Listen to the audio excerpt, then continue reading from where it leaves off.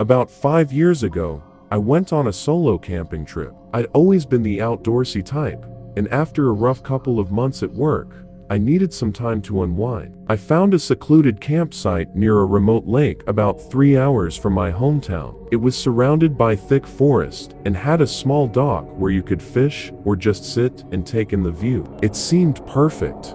The first day was peaceful. I set up my tent, made a fire, and spent the evening fishing off the dock. The lake was incredibly still, almost like glass, reflecting the deep orange and pink hues of the sunset. It was so quiet that I could hear the occasional splash of fish jumping and the rustling of trees in the light breeze. As night fell, I retreated to my tent and read by flashlight before eventually dozing off.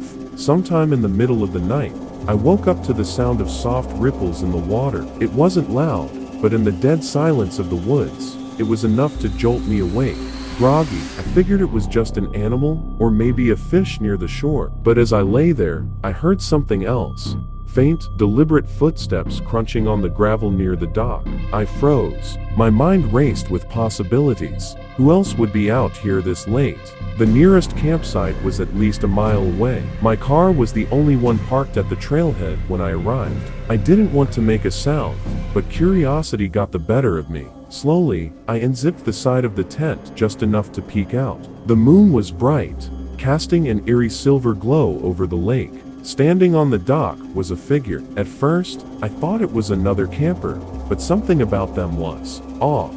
They were just standing there, completely still, facing the water. They weren't holding a fishing rod or anything, just staring at the lake. I watched for what felt like an eternity, expecting them to move or leave, but they didn't. The longer I stared, the more unsettled I felt. Their posture was stiff, unnatural, like they didn't belong there. Finally, they turned, and my breath caught in my throat.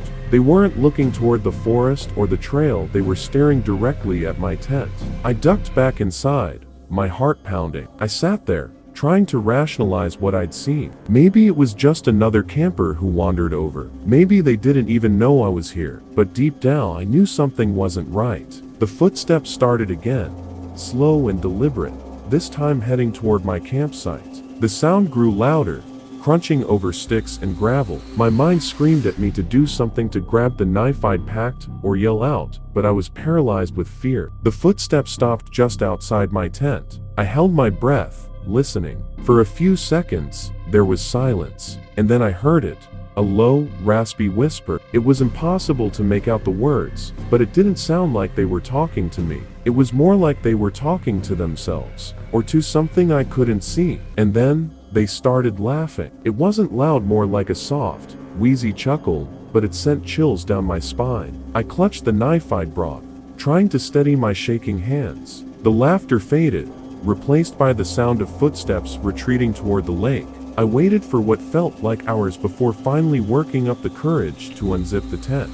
The campsite was empty, but the figure was back on the dock, standing motionless again. Only this time, they were looking up at the sky, their head tilted at an unnatural angle. I couldn't stay there. I threw my gear into my backpack, grabbed my flashlight, and started heading toward the trail. The trailhead was about a mile away, and every instinct told me to run, but I forced myself to move quietly. The last thing I wanted was to draw attention. About halfway down the trail, I heard it, the sound of something moving in the woods, keeping pace with me. I shone my flashlight into the trees, but the beam barely penetrated the dense undergrowth. The rustling grew louder, closer. I broke into a sprint, my heart hammering in my chest. When I finally reached the parking lot, my car was the only one there, just as I'd left it. I fumbled with the keys, my hands shaking so badly I could barely get the door open. As I started the engine and turned on the headlights, I saw them. The figure was standing at the edge of the parking lot, just beyond the tree line. They didn't move, didn't try to follow me. They just stood there, watching as I peeled out of the lot and sped down the mountain road. I didn't stop until I was back in town. I never reported what happened. What would I even say? That some stranger in the woods scared me? But it didn't feel like just a stranger. I don't know what it was, but the way they moved, the way they watched me, it didn't feel human. I haven't been camping since. The woods used to feel like a place of peace and solitude.